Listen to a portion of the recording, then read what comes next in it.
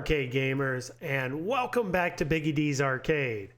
Today I'm going to do a video on what I think is going to be the next Pro Series Arcade 1-Up cabinet, and that's going to be Street Fighter. The reason I say that is John D has always said his favorite arcade game is Street Fighter. It's always gotten the best treatment. It's always had the best online experience. And they've done that since they started. They've always treated it the best. Many believe the very first arcade 1-Up Pro Series cabinet, which was Killer Instinct, should have been Street Fighter from the very beginning. Many questioned why they did Killer Instinct for the first one.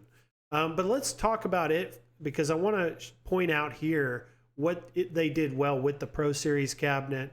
And I want to make sure that if they do a Street Fighter Pro, that they carry that onto it.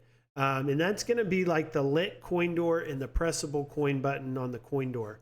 That is a must. So they'll carry that on, I think. That is something they did well. The bigger game deck as well. Everyone wants more space for their hands and wrists when they're playing their arcades. Also, the upgraded sound, the 19-inch BOE monitor, those were upgrades. And just the size, the bigger size, we've got the 3/4 scale, we've got the XL, and then we've got the Pro, which is the largest in what would resemble and look most like a real arcade. And I think the next one, like I'd mentioned, and what you probably saw in the thumbnail, is going to be Street Fighter. There's not really any other ones that I think are in competition for this spot for the next one, other than maybe Pac-Man. But it's, a arcade 1-Up, they're going to go with a fighting game, because a Pro, it's all about online, it's all about the competition, and you're going to get the most competition on a Street Fighter cabinet. Now, what I want to make sure of, and I think many other fans of Street Fighter out there would want on a Pro, is the full and entire collection of Street Fighter games. So the first one all the way to the end of the arcade existence of Street Fighter at Third Strike. And they could easily do this. This game released Street Fighter 3 in '97. The expansion, the one Third Strike, with the additional roster and stages, released in '99. And with their experience with Marvel vs. Capcom 2, now going on to Fast and the Furious, they have the hardware, they have the experience to definitely pull off Third Strike. This game is not that difficult to run, probably on their current hardware and the way they've built it. Use all that back end experience, everything you have, and just apply that to this title. Make sure you have the full collection. Now, Third Strike is an interesting game. With this title, it did underperform in Street Fighter 3, Second Impact, and Third Strike all underperformed at the arcades. I think that was just burnout. Street Fighter 2 from '91, '92 dominated arcades for almost a decade. So by the end of that decade, once this title came out, it just its lifespan and its enthusiasm and support for this just kind of dwindled towards the end there. But it has had a revival. We've seen, with PlayStation 3 and Xbox, their online editions. That was in 2011. And then now recently in the 2020s on Fightcade on PC gaming, PCs, there's a huge community, retro gaming, fighting community that plays this game in particular. And it gets very competitive. And this is the one. This is the next Pro Series cabinet. Let's get into why. And also, for it to work out, we need to first start with must-haves. This is my list of things on a Pro Series cabinet that would be a must-have for me to spend the money and consider this as something I would bring into my game room. And that's going to be, like I'd mentioned, the full Street Fighter arcade collection, online play for all games. So no Marvel vs. Capcom 2, where we are missing online for the marquee premier title the day it releases. That would need to be available to us as customers from day one. Quality controls, that could be the HAP, or you could go with sandwall controls. It doesn't matter. They just need to work.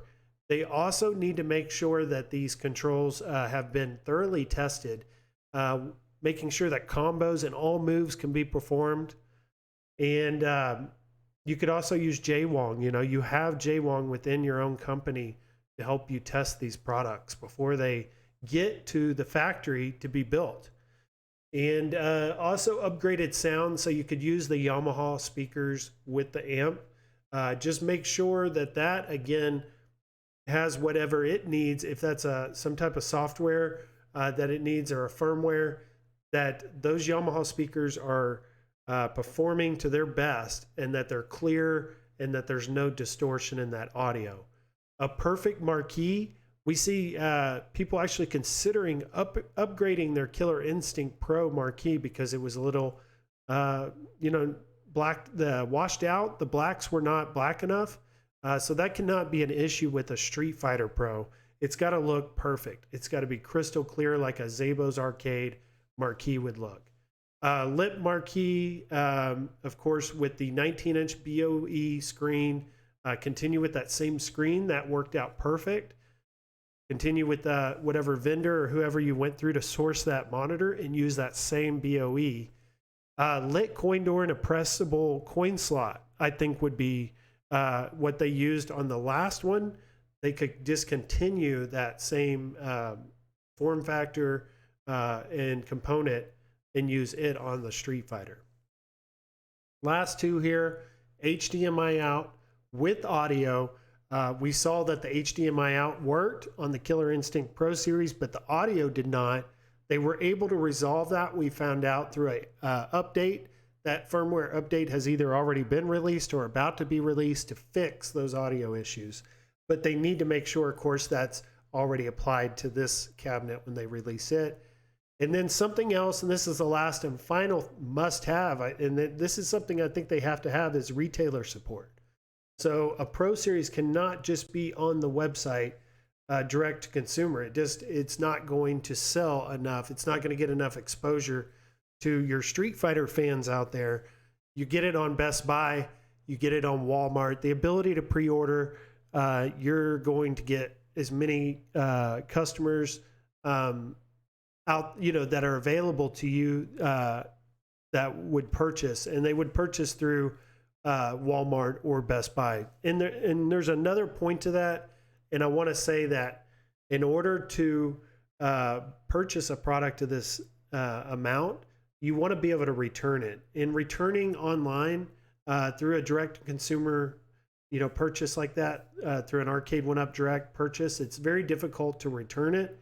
Where at Best Buy or Walmart, I can just go drive up to my local Walmart or Best Buy 5 miles down the road and return it.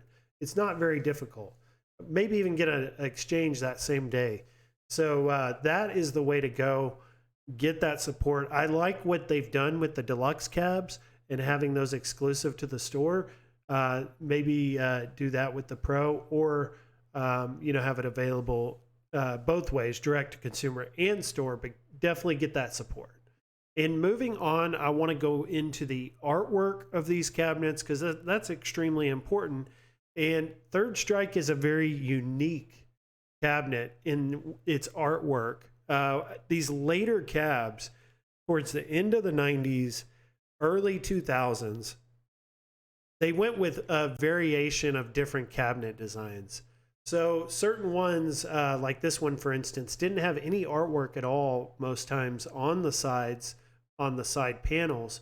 And many times you'll see people put their own artwork on the side. So I think this is an opportunity for Arcade1Up and for us as customers, because it gives us the ability to have some input on what it'll look like. But they need to bring customization options into play on cabinets like this, especially a Pro Series, where like I go to Dell.com, I can pick different colors of my laptop. Same idea with this. You get the same marquee with all versions, you get the same control deck with all of them, but your side panels and your kick plate will look different. And you have like 4 different options. You have like a Yoga Flame, Shinku, all black, and maybe a Capcom logo on the side.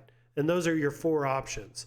And I think that's where they need to head, especially at this price point, and give the ability for us as customers to customize our cabinets. And this is ideal for that because it would have had a black side panel most cases.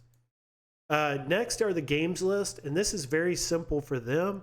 They could go with the 30th anniversary collection, which is the one on the Switch. This had all the Street Fighter games. They don't even need to include any other games, no other Capcom titles. Just go straight Street Fighter, include the entire collection. And here it is for you to look at, take your screenshots. And this is the price. So this is what it would look like if we were on the Arcade1Up website and it was available for sale. Now keep in mind, I made this image. This is not for sale. This is a demo or for just the purpose of this video. But a Street Fighter Arcade Machine Pro Series edition at $9.99. That is going to be the price tag, is $9.99. And everything I've laid out in this video is what has to be done in order for us as fans, customers of Arcade1Up to purchase and spend this kind of money. This is double what a deluxe cabinet costs. So keep all these things in mind. I hope everyone else wants to put their input down below in the comment section. Let us know, what else does Arcade1Up need to do in a Street Fighter Pro Series? And is there anything I left out? Let me know. But I hope everyone likes. If you haven't yet subscribed to the channel, definitely do. Biggie D's Arcade. I would sure appreciate it, guys. I'll see everyone in the next video. Bye-bye.